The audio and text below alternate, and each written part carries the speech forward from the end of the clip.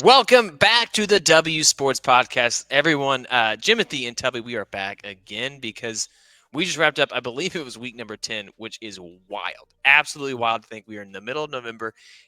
Football season is over halfway through the regular season, and we're seeing some really, really good storylines so far. So we're going to break it down in this episode. But if you had not already, make sure you hit the subscribe button so that way you don't miss any one of our 4 episodes per week. We keep them bite-sized for about 15 minutes, so you got a couple car rides throughout the week. Download the podcast, but make sure you're subscribed on YouTube because that is the best way that you can get in our drawing for the free giveaway for this month in November, which is released later this week in one of our episodes. So again, thank you guys so much for joining us. Tubby, though, welcome back to the show, man. What is up? We're starting to see the playoff picture starting Dude, to come into form. we are, and there's still one team that is undefeated. It's the Kansas City Chiefs. I know I shouldn't be leading the show with that, but it looked like they were done, and Yeah. somehow the Denver Broncos forgot how to block on the on the kicking team offensive line or whatever, and Yeah. absolutely got bull rushed into getting a block field goal. I mean, poor Bo Nix didn't even Yeah. watch, and it made it's honestly his fault. He Yeah. he jinxed it. Yeah. I mean, that's one thing that I get, settling for the field goal because it's a chip shot, whatever.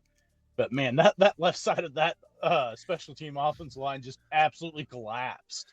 Yeah, it was terrible. But wait, did the Chiefs give full effort, right? They weren't Yeah. banking on a missed field goal like it happened with the Buffalo Bills last year. So, hmm and it was very much similar to that style of game too for the Yeah. Broncos. They had a good game plan, control the ball a lot, not enough, you know. Yeah. And I will say, it honestly doesn't even matter the same way because if they don't miss Kelsey on that touchdown, it's in a much better position. That was Yeah. wide open and just missed it. So Yeah. yeah, but hey, they're 9-0 now, 9 right? and 0. 9-0. I do. They play the Bills next week, correct? Yes. They're gonna lose that game. All I'm gonna go right. ahead and call it. Go ahead and get it out of the way. All right. Well, so we can mark them up at 9-1 after I'm good with next that. week. But okay, real quick. The, the last 9 games, the Kansas City Chiefs have trailed at halftime. What is their record? The last 9 games that they've trailed, Yep, 9-0.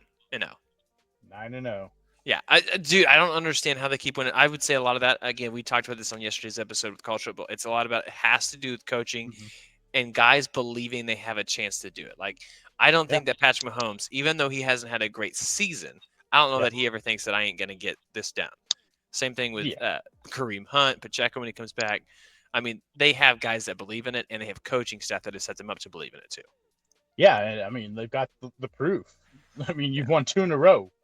3 of the last 5 years, 4 years, whatever it is. Yeah, I yeah, mean, proof's there that they know they can win any game whenever they want hmm because they've done it. they've done it. Yeah, and they're gonna keep on doing it. But it's not a whole lot I would take out of this other than Bo Nix at least looks like he is fitting into the Sean Payton system a little bit Yes. better than what I definitely better than what I hmm anticipated. Yeah. Him, Jaden Daniels have kind of been the tier. Even Jaden Daniels though didn't have a great game today, Yeah.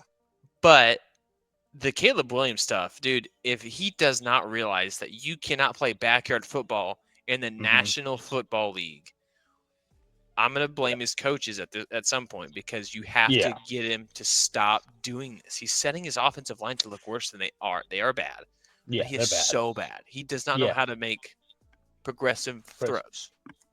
Yeah, he doesn't make quick reads right now. He's holding the ball way too long. I Yeah. mean, there's a couple times where he would hold the ball and you'd see a guy wide open in the middle of the field, and he would either try to scramble out to the side or just try to run up the middle instead of throwing the ball to the easy check down guy and just getting the positive yardage. Yeah, it's just really frustrating. And I bring that up because coming off of the Chiefs, because Mm-hmm. everyone said he was just like Patrick Mahomes, and there are times that Patrick Mahomes Yes. does similar stuff, but at least he has the track record to back it up. Right now, it's just so Mm-hmm. frustrating. He has the skill position players; they have good running backs, and they just cannot seem to put it together. Is this more on him, or is this more on the Chicago Bears as a whole that have never produced a 4,000-yard passer, a 30 touchdown passer? I believe that's right. I Mm-hmm. mean, Yeah, no, I think a lot of it is on the coaching staff right now. The coaching staff has not done a great job, especially after we thought they had turned things around. what, week 4 or 5, and then we've just seen him regress since then. And it's either the other opposite teams have figured things out, how to, guard against him, or it's just they aren't developing him well enough right now. And this is the thing that frustrates, I think it should frustrate Bears fans and just football fans. The fact that you should have fired everyone at the beginning after last season. Yeah. Because now what happens is you're going to fire Eberflus after this year, and the new coach is now going to bring in a new offense coordinator, and now you're just setting back your quote unquote franchise quarterback another year. You should have fired everyone, brought in a new coach. He brings in a new offense coordinator, and you'd have him for at least a couple more, a couple of years to try to develop your quarterback, and you failed him when you didn't do that. Yeah, or at the very least, sit him. I get Yeah. he's the number one pick. There's no way they're going to let that happen. But we are wasting so much time. It's just slow down, everybody. Yep. Yeah. I mean, I say this, and then the Indianapolis Colts, Joe Flacco just threw 3 picks, so he made us look bad when we're like, but he's still complete. He's still better than Anthony Richardson. But I'm just saying, it didn't help. Yeah, no. I mean, the thing is, at least the Colts, you're giving yourself a chance to potentially fix some things off the field instead of just hoping things work out on the field. Yeah. Did anybody develop him? Yeah. Yeah. Again, and even the difference. I mean, we saw we don't need to spend a whole lot of time as Panthers Giants. Yeah. Daniel Jones is again on the hot seat. I mean, I don't know what's new there. Bryce Young, they got the win, but he still looks like Bryce Young. Mm-hmm. Yeah, but I think he looks like a sharper Bryce Young than he has. He missed a couple of throws that he should have made, and could have definitely won the game by more. But I would say that since he had gotten benched and he has started the games the last couple of weeks, he has looked a lot better than he did at any point in his career. Yeah, and they ran the ball with Chuba Hubbard 28 times. Hey, go ahead and get that paycheck, man. Yep, beat the guy. Yeah, so that was a good one. We're gonna back up a little bit. We had a really, really good Thursday night football game. Jamar Chase looked like he was single-handedly gonna take the Bengals a W, but they lose. Yeah. You tell me this: is it the right call to go for 2 in that spot? I think for them, because their defense couldn't stop, and you couldn't stop the Ravens. Yeah. But the problem was the decision of who they threw the ball to, and I mean, you got Jamar Chase had 11 receptions, 264 yards. What, 2 touchdowns, 3 touchdowns? 3. Video game. You don't force feed him the football on the 2-point conversion. I mean, you have to draw up the best play possible to get him the football, and you throw it to the third string tight end. They throw it to Tanner Hudson or something like that. I think so. I believe, yeah. So I'm like, it was the right decision to go for it, but you just didn't make the right play call to get the guy that has single-handedly kept you in the game all game.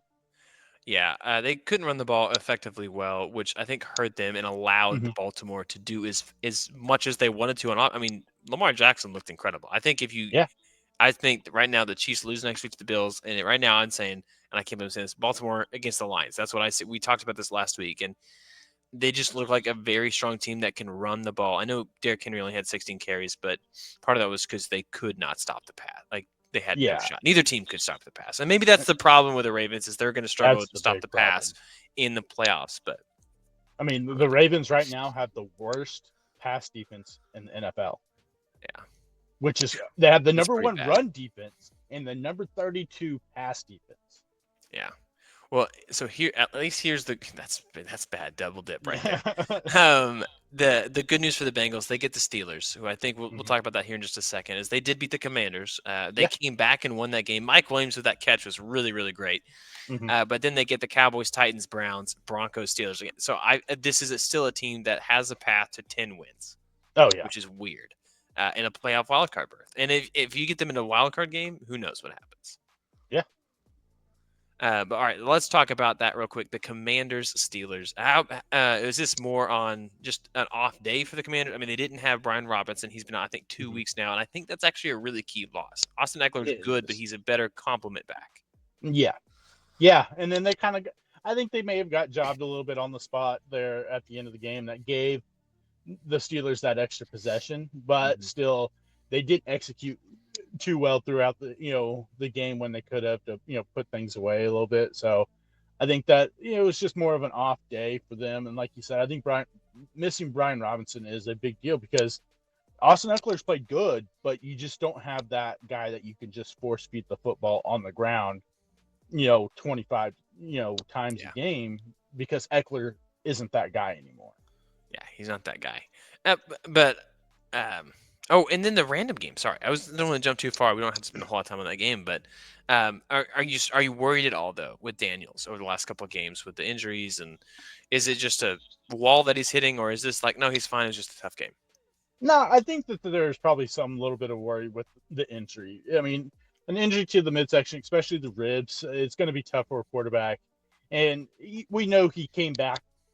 And he probably shouldn't have played against the Bears. I mean, they got the win, but he probably shouldn't have played because you give him a chance to have an off week and just kind of get completely healthy and help towards that push towards the playoff.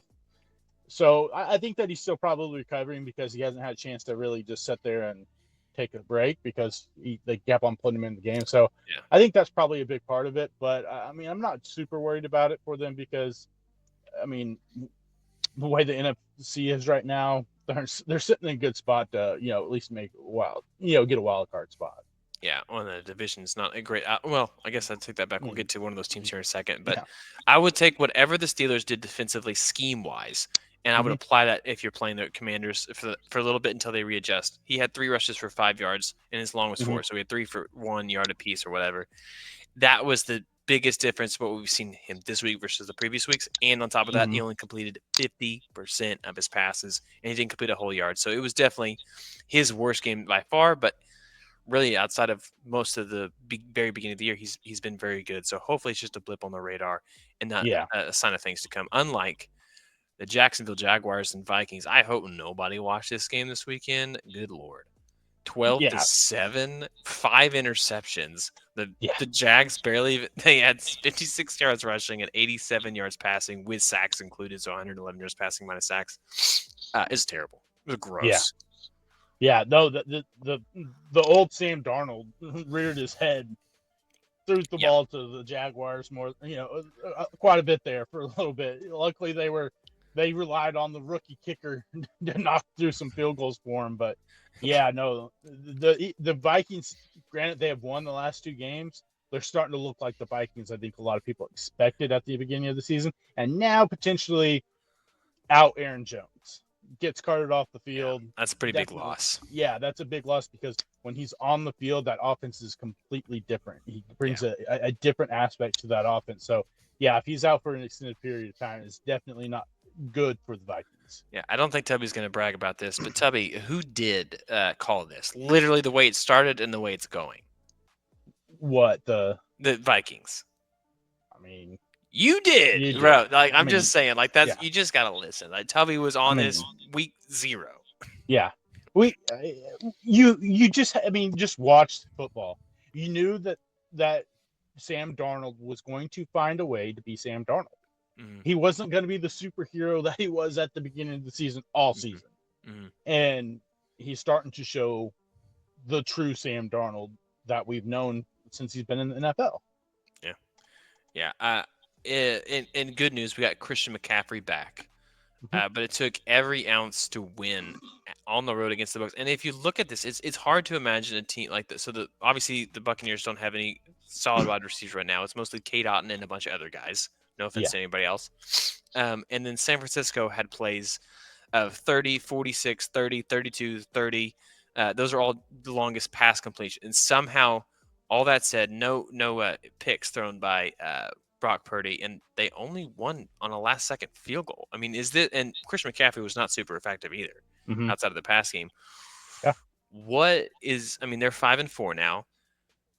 Confidence rating 10 being Super Bowl contender, 1 being they missing the playoffs. They're going to go get number 1 pick, which obviously they're not. Where are you at with the 49ers on this?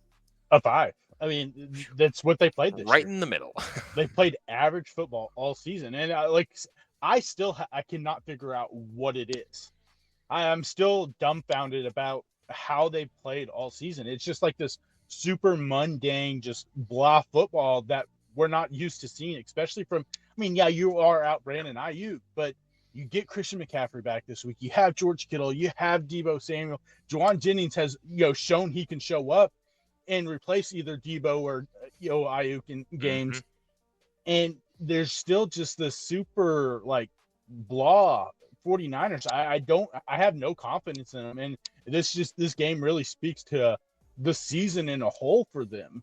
Mm-hmm. They're lucky. I mean, Moody barely snuck that field goal into by that upright. He almost went for the 4-peat, missed 4 in a game. I mean, it was ugly football, really Yeah.